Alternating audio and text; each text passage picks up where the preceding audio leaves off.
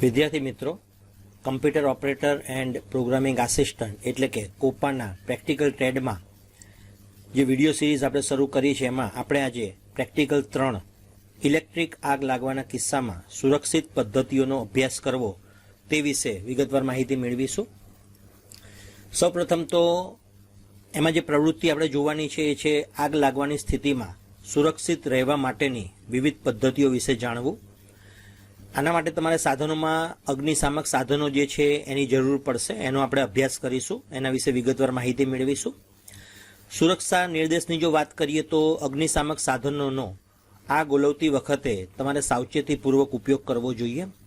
સાથે સાથે આગ લાગે ત્યારે ગભરાવું નહીં અને અધિકારીઓ જે છે કે તમારા ઇન્સ્ટ્રક્ટર જે છે એની સૂચનાઓનું ચુસ્તપણે તમારે પાલન કરવું જોઈએ.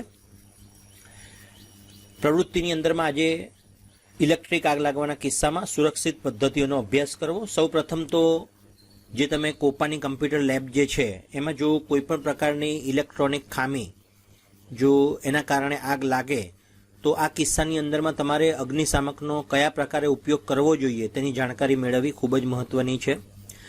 આપને ખ્યાલ છે એ પ્રમાણે કોપાની કમ્પ્યુટર લેબમાં તમે આ પ્રમાણેના અગ્નિશામક સાધનો તમે જોયા હશે. હવે ઘણા કિસ્સાની અંદરમાં વિદ્યાર્થી લેવલે આ બાબતનો ખ્યાલ નથી હોતો કે એનો ઉપયોગ કયા પ્રકારે તમારે કરવો જોઈએ. તો તમારે એ સાધનો જે છે એનો કયા પ્રકારે સુવ્યવસ્થિત રીતે ઇમરજન્સીમાં ઉપયોગ કરી શકાય તેના વિશે વિગતવાર માહિતી મેળવવી જોઈએ. ત્યારબાદ જો કમ્પ્યુટર ડિવાઇસમાં કોઈ ઇલેક્ટ્રિક ખામીના કારણે આગ લાગી હોય તો આ કિસ્સામાં જો શક્ય હોય તો તે ડિવાઇસને પ્લગમાંથી દૂર કરી દેવું જોઈએ. સૌપ્રથમ તમારે આ કામગીરી કરવી જોઈએ જ્યારે કોઈપણ પ્રકારની આગ લાગી હોય તે કિસ્સામાં. પણ તે ડિવાઇસને પ્લગમાંથી જ્યારે તમે દૂર કરો છો ત્યારે ખૂબ જ સાવચેતી રાખવી જરૂરી છે, કેમ કે એ ઇલેક્ટ્રોનિક સાધન છે. કમ્પ્યુટર એ જુદા જુદા ઇલેક્ટ્રોનિક સાધનો વડે બનેલું છે. તો ડિવાઇસને પ્લગમાંથી દૂર કરતી વખતે પણ તમારે ખાસ ધ્યાનમાં રાખવું જોઈએ કે તમારા પગમાં જ તમારે ચંપલ પહેરેલા હોવા જોઈએ અને શક્ય હોય ત્યાં સુધી કોઈ પણ લાકડાની વસ્તુ અથવા પછી લાકડીનો ઉપયોગ કરીને જ વાયર જે છે એને પ્લગમાંથી દૂર કરવો જોઈએ. ક્યારે પણ સીધો હાથનો ઉપયોગ કરી અને પ્લગને ડિવાઇસ જો તમે દૂર કરવાનો પ્રયત્ન પણ કરશો તો કદાચ બની શકે કે ઇલેક્ટ્રિક શોક લાગવાની શક્યતા રહેલી છે. તો આ બે ખાસ મહત્વની બાબત છે કે પગમાં ચંપલ પહેરેલા રાખો અને જ્યારે પણ તમે વાયરને પ્લગમાંથી દૂર કરો ત્યારે લાકડીનો ઉપયોગ કરો. આ સાથે જ જો આગ જે છે એ ઓછી લાગી હોય તો જો કોપાની કમ્પ્યુટર લેબની અંદરમાં તમને બેકિંગ સોડા જો ઉપલબ્ધ હોય તો એનો ઉપયોગ કરીને પણ તમે આગને સરળતાથી ઉલવી શકો છો. પણ આ જે છે એ ઓછી જ્યારે આગ લાગી હોય ત્યારે જ આ રેમેડીનો તમે ઉપયોગ કરી શકો છો. તો આ પણ તમારે ધ્યાનમાં રાખવું જોઈએ. બેકિંગ સોડાનો ઉપયોગ કરીને ખૂબ જ સરળતાથી તમે ઓછી આગ જો લાગી હોય તો તમે ઉલવી શકો છો. બીજું, આગ લાગી હોય તે ડિવાઇસ ઉપર ક્યારેય પાણી ન છાંટવું જોઈએ. ઘણી વખત હડબડાહટમાં આવું થતું હોય છે કે પાણી જે છે એ લાવી અને ડિવાઇસ ઉપર, કેમ કે આ ઇલેક્ટ્રોનિક સાધન છે, ઇલેક્ટ્રિક સાધન ઉપર ક્યારે પણ તમારે પાણીનો છંટકાવ જે છે ક્યારે પણ આગ ઓલવવા માટે કરવો ન જોઈએ. તો આ બાબત પણ તમારે ખાસ સાવચેતીપૂર્વક ધ્યાન રાખવી જોઈએ. આગ લાગે ત્યારે લેબમાં રહેલા અગ્નિશામક સાધનોનો ઉપયોગ જે તમે કરો છો ખૂબ જ સાવચેતી અને સૂચનાપૂર્વક કરવો જરૂરી બને છે, કારણ કે દરેક જે અગ્નિશામક સાધન હોય છે એને એક ચોક્કસ રીતનો ઉપયોગ કરીને જ ઉપયોગ કરી શકાય છે, જે માટેની સૂચનાઓ તે અગ્નિશામક સાધનની ઉપરના ભાગમાં તમને જોવા મળતી હોય છે.